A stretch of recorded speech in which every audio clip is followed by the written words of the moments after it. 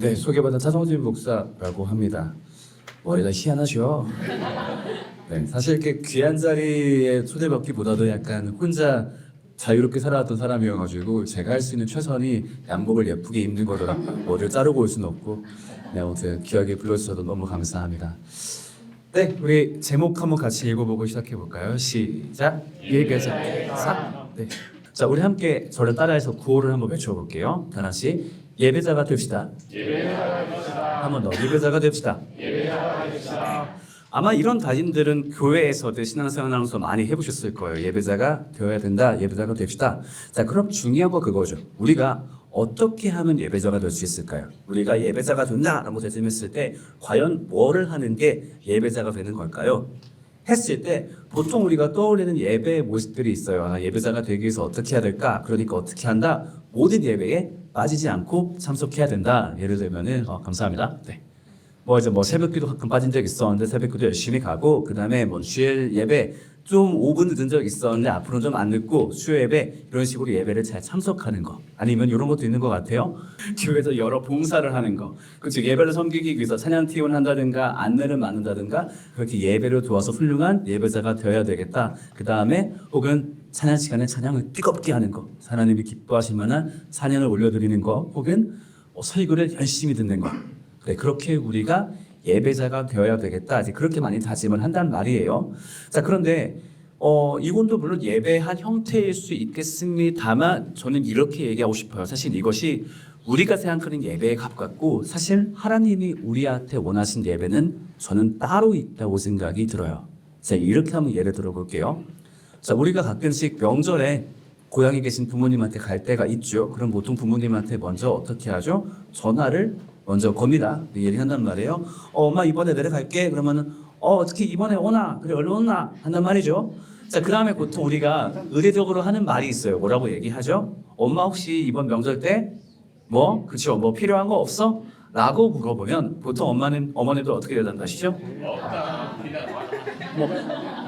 저 몇몇 분 다른 인물을 봤어요. 그죠, 그게 최고긴 한데 지금 일반적으로는 이렇게 비즈니스적이신 엄마가 아니 일반적으로는 보통 그렇게 얘기한단 말이에요. 아이고 뭘 됐다는 이 오는 게 선물이지 그냥 빈손으로 온나 이렇게 한단 말이에요. 그래서 예를 들면 어떤 똑같이 딸내미가 전화했는데 그렇게 얘기할 줄 알았는데 그날따라 우리 엄마가 뭐를 굉장히 콕 집어서 얘기하는 거예요. 나 필요한 거 있다. 홍삼 젤리 사왔나? 홍삼 젤리. 엄마 왜 갑자기 그거 나 그거 너무 먹고 싶었는데 동네에 파는 데가 없더라.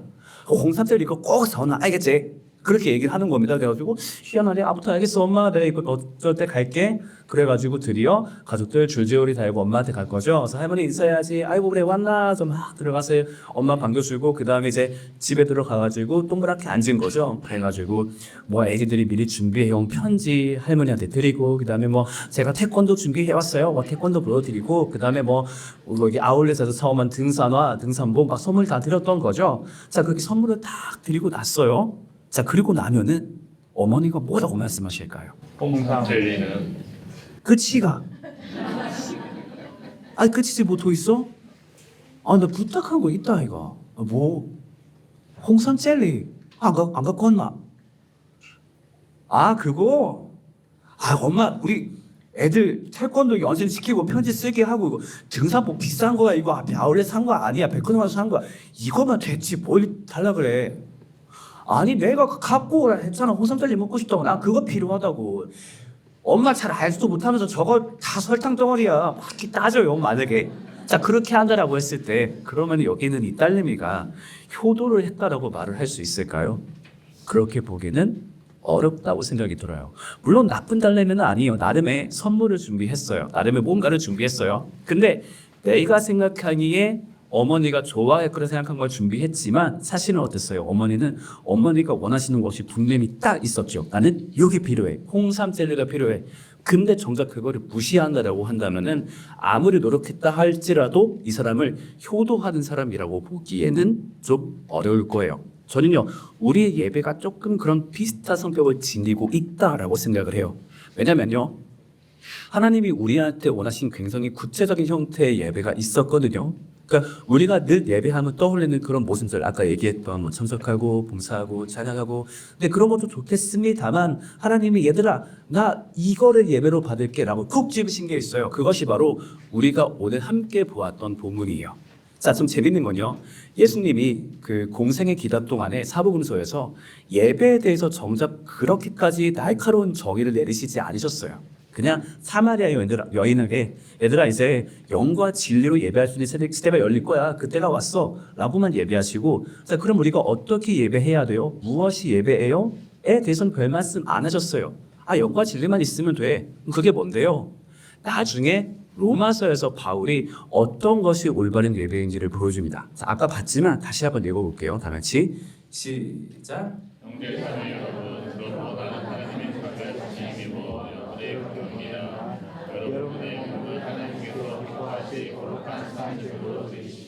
이것이 여러분들이 행동한 예배입니다. 자, 이 말씀을 좀 분석을 한번 해볼게요. 자, 일단 처음에 저 부분은 그냥 인사니까 드러내보겠습니다. 자, 그 다음에 뒤에도 그냥 정의에 해당하는 부분이니까 이렇게 위로 올려볼게요.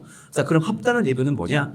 우리들의 몸을 하나님께서 기뻐하실 거룩한 산 제물로 드리는 것, 이것이 바로 합당한 예배래요. 자, 이 말씀을 조금만 더 분석해 볼게요. 그러니까 여기서 좀 낯선 단어가 있어요. 우리의 몸을 제물로 드린다. 뭘 말하는 걸까요? 아브라함이 이삭 마냥 이렇게 찍는 거는 아니겠죠. 여기서 말하는 몸, 헬라어로 소모 말하는 건요, 보통 삶으로 많이 번역합니다. 그러니까 우리의 삶을 가리키는 비유성의 표현이에요. 그래서 우리의 몸이라고 얘기했을 때, 자, 그 다음에 뒤에 또 거룩한이라는 말이 나와요. 거룩한은 뭐냐면요, 이것은 하디오스, 구별된 걸 얘기해요. 구별된. 자, 그럼 우리가 결론 나왔습니다. 합당한 예배라는 것은 무엇을 말하는 거냐면요, 따라해 볼까요? 구별된 삶을 사는 거. 아버도 시작. 구별된 삶을 사는 거. 네, 이게 바로 예배래요. 얘들아, 나 이걸 예배로 받을게. 구별된 삶을 살아줘. 자, 그러면 구별된 삶, 우리가 어떻게 하면 구별된 삶을 살 수 있을까요? 자, 여기 계신 분들께 한번 여쭤보고 싶어요. 혹시 주변 지인들이나 친구들하고 이제 관계를 할 때 내가 굳이 말하지 않더라도 주변 사람들이 내가 그리스도인 것을 알던가요? 모르던가요? 사람마다 다르겠지만 가끔 또 그럴 때도 있을 거예요. 되게 우연치 않은 계기로 내가 이제 기밍아웃 해야 될 때, 내가 사실은 기독교인인 것을 뭐 강제가 되었든 아니면 자연스럽게 알리게 될 때가 있단 말이죠. 뭐 예를 들면 약속 잡다가 야, 일요일날 가서 놀러 가자. 아, 나 일요일날 못 가. 왜? 얘기할까 말까 하다가 아, 나 사실은 교회 가야 돼. 라고 했을 때 주변에서 보일 수 있는 반응은 크게 두 가지로 나뉠 거예요. 첫 번째 어떤 반응? 첫 번째, 아 진짜? 어쩐지 나도 그럴 것 같았어. 너 교회 나갈 것 같았어. 이런 반응을 듣는다면 사실 이거 그렇게 나쁘지 않은 것 같아요. 문제는 뭘까요? 두 번째 반응은 뭘까요? 아세요? 야, 네가 교회를 가? 아, 그럼 네가 이제 일요일날 가서 이렇게 손목을 이렇게 하는 거야? 이렇게 이게 세상에 라고 된다면은 조금 문제가 있겠죠. 자, 둘 중에 우리가 드러낼 소리는 1번일까요? 2번일까요? 1번일 거예요. 그러니까 주변 사람들이 우리를 봤을 때 그리스도의 티가 나야 정상이었을 거예요. 왜냐하면 예수님이 그렇게 말씀하셨거든요. 같이 말씀 읽어볼게요. 시작. 너희는 세상의 빛이라 삶이 있는 동네가 숨겨지지 못할 것이요. 얘들아, 너네는 세상의 빛이어야 돼. 결국 그랬을 때 너희는 숨기기가 어려울 거야. 왜 우리 가끔 가다 왜 지방을 고속도로 타고 쭉 갈 때가 있잖아요. 그러면은 양쪽 다 캄캄한데 개중에 집들이 보이죠. 왜냐하면 그 집들이 뭐 있기 때문에 불을 켜놓고 있기 때문에. 그러니까 봐라 얘들아, 산속에 있는 마을은 그 불 때문에라도 숨겨지지 못해. 그것처럼 너희는 세상의 빛이기 때문에 숨겨질 수가 없어. 약간 비슷한 비나나 보사성어 있죠. 사자성어, 낭주는 지추. 송곳은 주머니에 넣어도 삐져나올 수밖에 없다. 그것처럼 너희는 티가 날 수밖에 없어. 그게 정상이어야 돼. 왜? 너희는 세상의 빛이거든. 자, 그러면은 그 세상의 빛이 어떤 형태로 드러나는 빛일까요? 말씀 같이 읽어볼게요. 시작.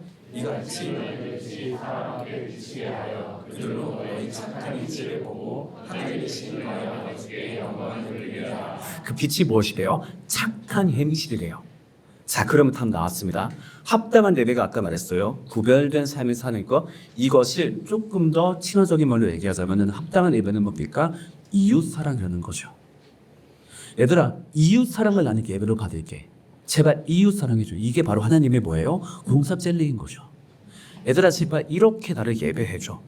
내가 너희한테 받고 싶은 예배는 모여서 찬양하고 뭐하고 오케이, 그런 거 다 좋아. 그런 게 우리의 버결을 잘 만들어주는 거니까.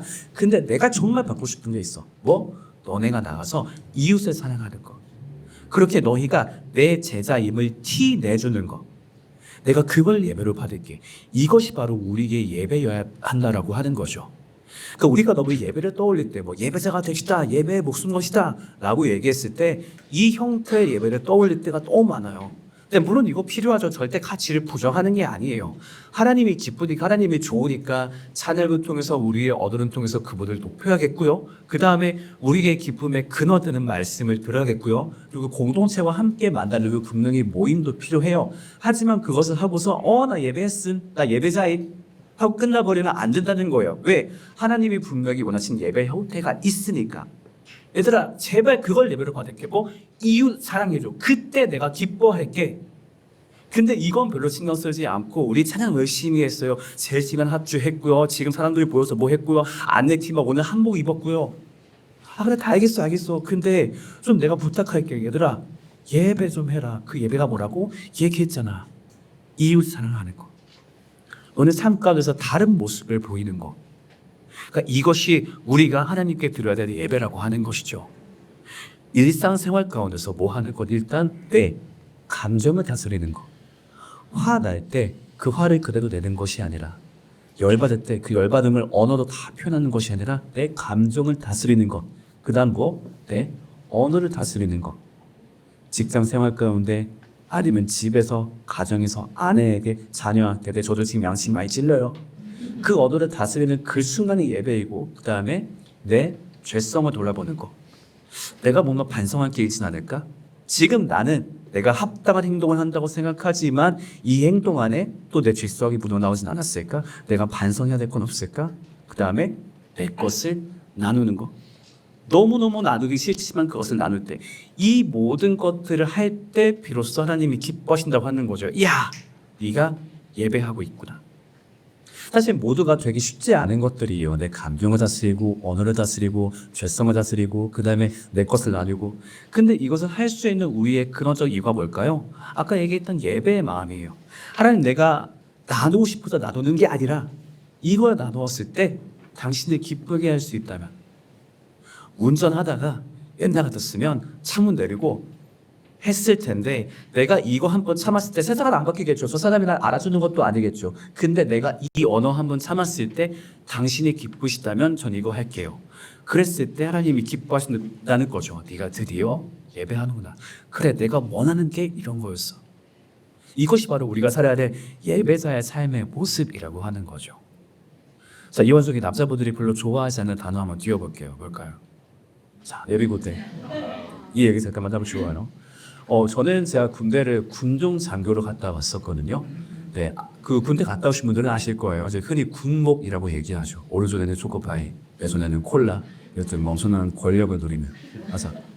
근데 제가 군도장 3년 하고 나왔었는데, 장교들도 역시 예비군 훈련을 똑같이 받아야 돼요. 심지어 5년 동안, 조금 더 길어요. 그런데 제가 딱 코로나 시작한 시기에 전역을 했어가지고 처음에 2년을 그냥 까주더라고요. 너무 감사하게. 근데 뒤에 3년은 얄짤없이 받아야 되는 거죠. 근데 처음에 예비군 갔더니 보통 너무 좋았던 게, 예비군을 운영하는 곳들에서도 군종 장교의 예비군 훈련을 어떻게 해야 되는지 모르는 데가 많아요.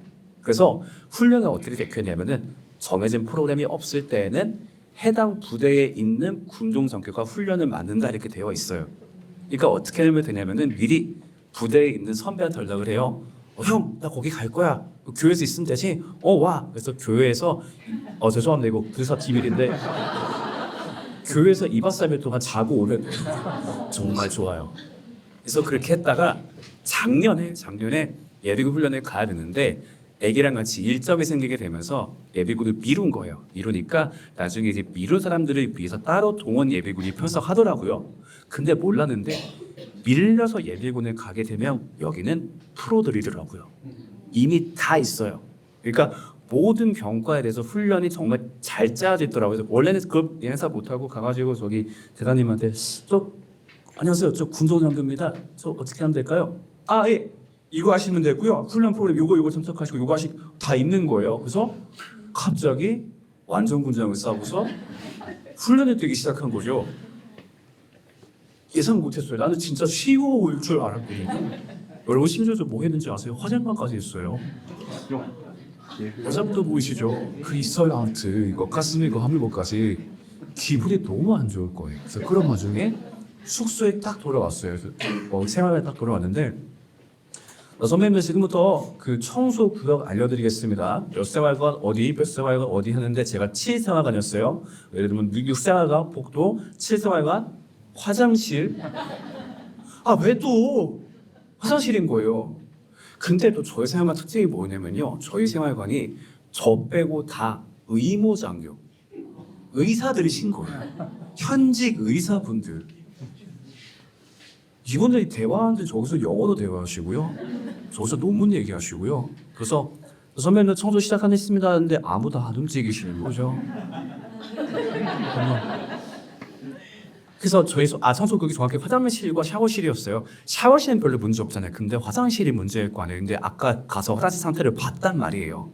그러면은 화장실 청소를 계속 이렇게 예비군들이 했을 거 아니에요. 어떻게 했을까요? 멀리서 물 뿌리고요. 하여간 찌든 때가 장난이 아니에요. 근데 뭔 생각이 들었냐면은 어쩌면 내가 기독교 이름을 티낼 수 있는 곳은 여기가 아닐까? 그리고 지는 이 순간이 아닐까?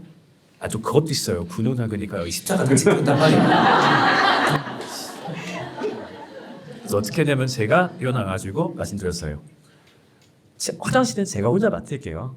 나머지 샤워실마저 부탁을 드릴게요. 그래가지고 고무장갑을 끼고서 화장실에 가가지고 정말 손을 넣어가지고 모든 변기를 다 닦았어요. 소변기, 대변기 다 정말 제가 봤을 때 추측컨대 근 10년 내에 그 부대가 그렇게 화장실 청소할 때가 없었을 거예요. 근데 그걸 닦으면서 뭐 생각했냐면은 이게 사실 큰 의미는 없지. 근데 계속 그 생각을 했던 것 같아요.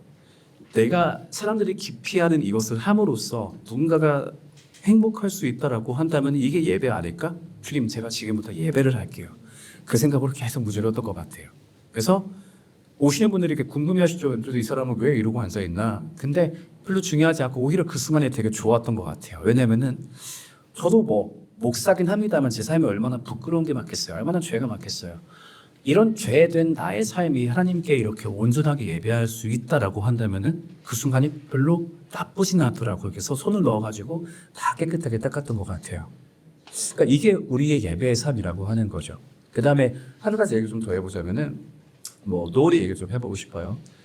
사실은 아까 노를 저 소개해 주셨습니다만은 보통은 제가 교회에 이렇게 설교 가서 놀이 얘기를 잘 안 하는 편이긴 해요. 왜냐면은 그 얘기 자체가 너무 좀 어찌 보면 굉장히 자극적이잖아요. 그러니까 와 놀이 앞바다 이렇게 반기고 하다 보니까 근데 혹시나 자칫 그 이야기가 어찌 보면 제가 갖고 있는 복음의 이야기를 좀 이렇게 무색하게 만들까봐 안 하는 게 있긴 한데 어찌 보면 이기적이죠. 놀이 안 해서 제가 어떻게 기억했어요. 차라리 기술 얘기 좀 해보자면은 사실 작년 딱 1년 전이에요. 4월. 그때가 그 영상을 올렸을 때가 4월 6일쯤으로 기억하는데 딱 1년 전에 놀이 영상을 업로드하고서 한 지금쯤이었겠네요. 핸드폰이 막 터지기 시작했어요. 막 핸드폰이 이렇게 움직일 정도로 막 연락이 오고.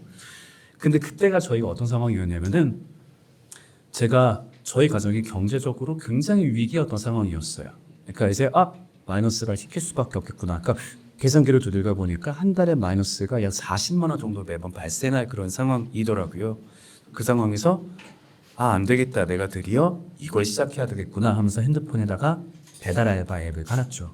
그러니까 언젠간 할 수도 있겠다 그 생각은 했지만 정말 진짜 깔고 뭐 이렇게 모자 빠르라고요. 막 드라이버 등록하고 하면서 좀 마음이 씁쓸했던 기억이 나요. 근데 딱 그 시점에 놀이가 펑 터져버린 거예요. 그러면서 여러분께 구체적인 액수를 말씀드릴 수는 없습니다만 제가 한 번도 벌어보지 못했던 돈이 또 막 들어오기 시작하는 거예요. 물론 모르겠어요. 여러분들이 액션 들었을 때, 아이, 그것 갖고 하실지 모르겠습니다만, 어쨌든 저는 굉장히 가난한 가정에서 자라온 입장에서 제가 너무 놀라운 돈도 벌기 시작한 거죠. 근데 그러면서 문제가 생긴 게 뭐냐면요. 원래 저희 가정이 그 정책 중에 하나가 이웃사랑 통장이 있어요. 이웃사랑 통장은 뭐냐면 저희가 매달 수임의 일정 퍼센티지를 그 통장으로 보내는 거예요. 그러면은 그 통장에 들어있던 돈은 내 돈 아닌 이웃사람에서 쓰는 거죠. 근데 옛날에는 어차피 얼마 못 벌었으니까 그 퍼센트를 띄더라도 얼마 안 됐어요. 근데 벌기 시작하니까 거기서 똑같이 N%를 뗐을 뿐인데도 하게 된 거죠. 통장에 찍히는 액수를 보니까 잠깐만 이 돈이면 너무 욕심이 나는 거예요. 그랬다가 한 번 더 사고가 발생했던 게 저희가 아내가 보통 이제 그 통장 이체하는 걸 전담을 하는데 좀 아내가 한 달 정도 놓쳤던 거예요. 근데 마침 그날따라 되게 많이 들어왔어요. 그래서 애초에 내가 모르고 이미 뗐으면 모르겠는데 그건 나중에 안 거여서 한 번에 이만큼을 그 통장에다 밀어 넣어야 될 상황이 돼버린 거예요. 너무 아까운 거예요. 그래서 아내가 여보 어떻게 지금 이거 이체할까? 잠깐만. 좀 이 돈이면 정책이 바뀌어야 되지 않을까? 너무 아까운 거죠. 근데 그럼 이 돈을 굳이 왜 떼야 되지라고 했을 때 또 들었던 게 무엇일까요? 예배자의 상. 맞아, 이게 예배지. 내가 떼기 싫은 거 이거 떼서 이웃을 위해 쓸 때, 심지어 나한테 리턴해주지 못한 사람한테 쓸 때 하나님이 기뻐하시지. 하나님 기쁜 거 맞죠? 저 진짜 아깝거든요. 떼기 싫거든요. 그러니까 하나님한테 예배가 되는 거 맞죠? 그럼 제가 주님을 기쁘게 할 수 있다면 이거 뗄게요. 그렇게 해서 떼고서 그걸로 이웃 사람을 진행하고 있죠. 이게 바로 우리 삶 가운데 벌어지는 한 번 한 번의 예배라고 생각이 좋아요. 어느 예배 현장 갔을 때 높이 하나님께 찬양을 높여 들었을 때 아니면 뭔가를 막 연습했을 때 그것도 예배 포함될 수 있겠지만 하나님이 궁극적으로 우리한테 바라신 예배는 무엇이다? 이웃의 사랑이라. 너의 감정을 양보해라. 너의 언어를 다스려라. 네가 나누기 싫은 것을 나누어라. 그것이 나를 기쁘게 하는 것이다. 그래서 우리가 한번 읽어볼까요? 시작. 네, 목숨 걸어야 됩니다. 어떻게 될까요? 목숨 걸고 예배 많이 출석하고 수요 예배 금요일마다 새벽기도 이런 것도 포함할 수 있겠습니다. 나는 목숨 걸 때 어디에 목숨 걸어야 될까요? 이웃 사랑에 목숨을 걸어야 되는 것이죠. 그 다음에 또 읽어볼까요? 시작. 예. 네, 그럼 이 방해하는 것들은 무엇일까요? 다름 아닌 우리 안에 있는 죄성과 욕심일 거예요. 내 감정과 내 욕심을 포기하고 싶어하지 않은 나의 마음과 싸워서 예배의 마음은 예배자의 삶을 살 수 있어야 되겠죠. 사실 물론 제가 이런 얘기를 준비했습니다만은 어찌 보면은 기아대책에 와서 제가 여러분 그렇게 사셔야 돼요 라고 말하기 좀 웃길지 모르겠어요. 그래서 여러분들께 어떤 말을 좀 첨언하고 싶냐면은 여러분들이 참 수고가 많습니다라고 얘기를 해드리고 싶어요. 뭐냐면은 남을 돕는 일을 이렇게 직업으로 갖는 것은 상당히 다른 개념이라고 저는 알고 있어요. 왜냐면은 저희 아내가 사회복지 전공이었거든요. 그래서 졸업하고 나서 사회복지 취직을 했었는데 1년을 버티지 못하고 그만두었어요. 제가 그만두라고 얘기했었고 아내도 도저히 못하겠다고 얘기하더라고요. 여러 가지 일이 있었습니다만 제가 옆에서 보고서 뭘 느꼈냐면은 누군가를 돕는 일을 직업으로 가지는 것, 단순히 남들을 돕는 게 좋아, 아니면 나는 남들과 뭐 나누고 싶어, 이런 마음만으로는 할 수 있는 게 아니구나라는 걸 굉장히 많이 느꼈거든요. 그래서 어찌 보면 여기 계신 분들도 그걸 많이 느끼시리라 생각이 들어요. 그래서 좀 쉽지 않다, 남을 돕는 일이. 그리고 그 와중에 남들이 막 많이 알아주는 것도 아니고 때로는 지금 내가 도움이 필요한 애 내가 지금 누구 돕고 앉아있나 그런 생각이 드실 수도 있을 것 같아요. 근데 그 모든 과정을 하나님께서 예배로 기쁘게 받고 계시다라는 걸 말씀드리고 싶어요.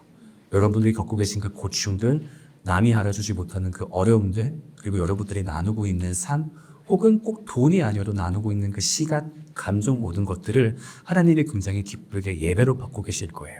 네가 날 예배하고 있구나. 나는 그것을 예배라고 가르쳤었어. 이웃을 사랑하고 구별된 삶을 사는 거.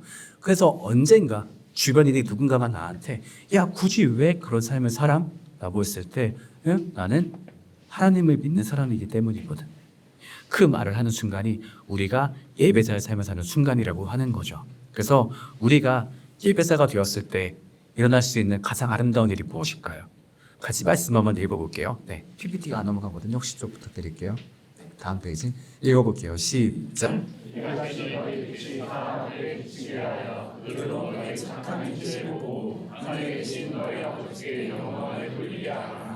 아멘. 네. 우리가 착한 행실을 발휘했을 때 일어날 수 있는 가장 아름다운 일은 사람들이 아버지께 영광을 돌리는 일이 발생한대요. 야, 제가 저렇게 아름다운 삶을 사는 걸 보아하니 하나님이란 존재가 있긴 한가 보다. 기독교라는 곳이 세상을 밝게 만들어주는구나. 교회라는 곳이 생각보다 그렇게 나쁜 곳은 아닐 수 있겠다. 네, 이게 바로 우리 삶에서 받을 수 있는 가장 아름다운 일 아닐까요? 네, 설교를 마무리하고 샀는데요. 조금 재밌는 걸 하나만 시도해서 해볼게요. 뭐 하면 좋겠냐면요. 지금부터 우리가 예배자의 삶을 살기로 다짐을 해보는 거예요. 자, 그때 어떻게 다짐을 하냐면요. 우리 핸드폰 한번 꺼내볼까요? 핸드폰. 그리고 카카오톡을 열어보겠습니다. 카카오톡을 열어서 친구 검색에 제 이름을 검색하면요 뜰 겁니다. 차성진 검색하면요 차성진 목사가 뜰 겁니다. 여러분들의 예배자의 다짐을 보내주시면 좋겠어요. 내가 올해 이렇게 예배자의 삶을 살겠다. 그러니까 내가 올해 이렇게 이웃사랑을 해보겠다. 여러분들의 이웃사랑에 대한 다짐을 보내주시면요 제가 읽을 건데 걱정 마요. 익명으로 읽겠습니다. 익명 읽겠고 여러분들이 보내주실 동안 같이 찬양하는 고백할 텐데요. 네, 뭐 찬양을 들으셔도 괜찮고 같이 고백하셔도 괜찮고 나는 그 사이에 문자를 보내겠다 다 좋은 것 같아요. 나를 세상의 빛으로 라는 찬양 아시죠? 네, 그 찬양 같이 한번 다 같이 고백해 보겠습니다.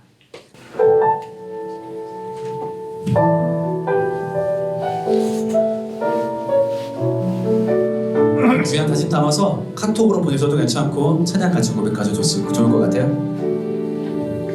고백합니다. 나를 세상에 나를 세상의 빛으로 부르신 주님 비추소서 나도 주님의 빛을 비추리라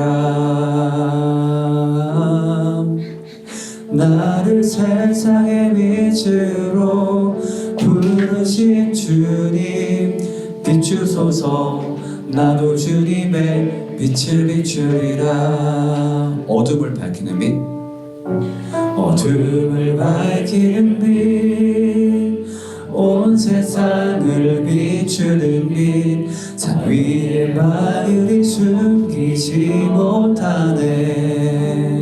어둠을 밝히는 빛, 어둠을 밝히는 빛, 온 세상을 비추는 빛, 산 위의 마을이 숨기지 못하네.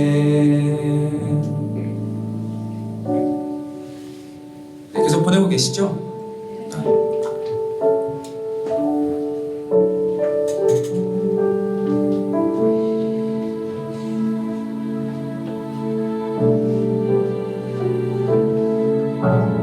어둠을 밝히는 빛, 온 세상을 비추는 빛, 산 위의 마을이 숨기지 못하네. 어둠을 밝히는 빛, 온 세상을 비추는 빛, 산 위의 마을이 숨기지 못하네.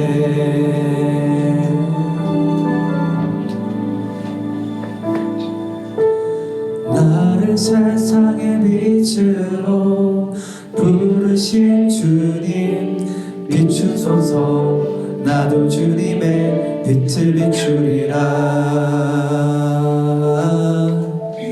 나를 세상의 빛으로 부르신 주님 비추소서 나도 주님의 빛을 비추리라 여러분도 보내신 거 한번 읽어볼게요. 양가도 남편도 믿지 않는 가정입니다. 자녀와 함께 이웃사랑 실천할 수 있는 액션 플랜을 저도 고민하고 실행해 보겠습니다. 이웃사랑을 위해 화를 내지 않고 그럴 수도 있지 생각하겠습니다. 남을 비방하거나 부정적인 말을 하지 않겠습니다. 너무 좋네요. 제 말에서 영감 받으신 건지 이웃사랑 통장을 가족들과 만들어 나누겠습니다. 이웃사랑 통장 만든 이유는 별거 없어요. 내가 아깝기 때문이에요. 그래서 애초에 빼놔야 돼. 원천 징수해놔야 돼. 어찌 보면 우리의 자성과 싸우는 거죠, 그렇죠? 네, 나의 수입의 일부를 이웃을 위해 더 흘려보내겠습니다. 아, 이거 중요하죠. 아내에게 좀 더 다정하고 따뜻한 언어를 사용하겠습니다. 네, 저도 그렇게 하겠습니다. 네, 모든 걸 잊지 못하니까 여기까지 읽겠고요. 제가 여러분들의 다짐 위해서 또 우리의 다짐 위해서 기도하고 설교 마무리하겠습니다. 하나님, 우리가 예배자의 다짐을 담았습니다. 하나님을 기쁘게 하기 위해 우리에게 구원과 부활과 영원한 소망을 베푸신 그분을 기쁘게 하기 위해 우리가 예배자의 삶을 살 수 있게 소망합니다. 그 삶을 살기 위해서 우리의 욕망과 우리의 죄성을 누리고 이웃을 위해 사랑하는 구별된 삶을 사는 우리 모두에게 소망합니다. 우리 다짐 가운데 함께해 주시옵소서. 예수님 이름으로 기도드렸습니다. 아멘.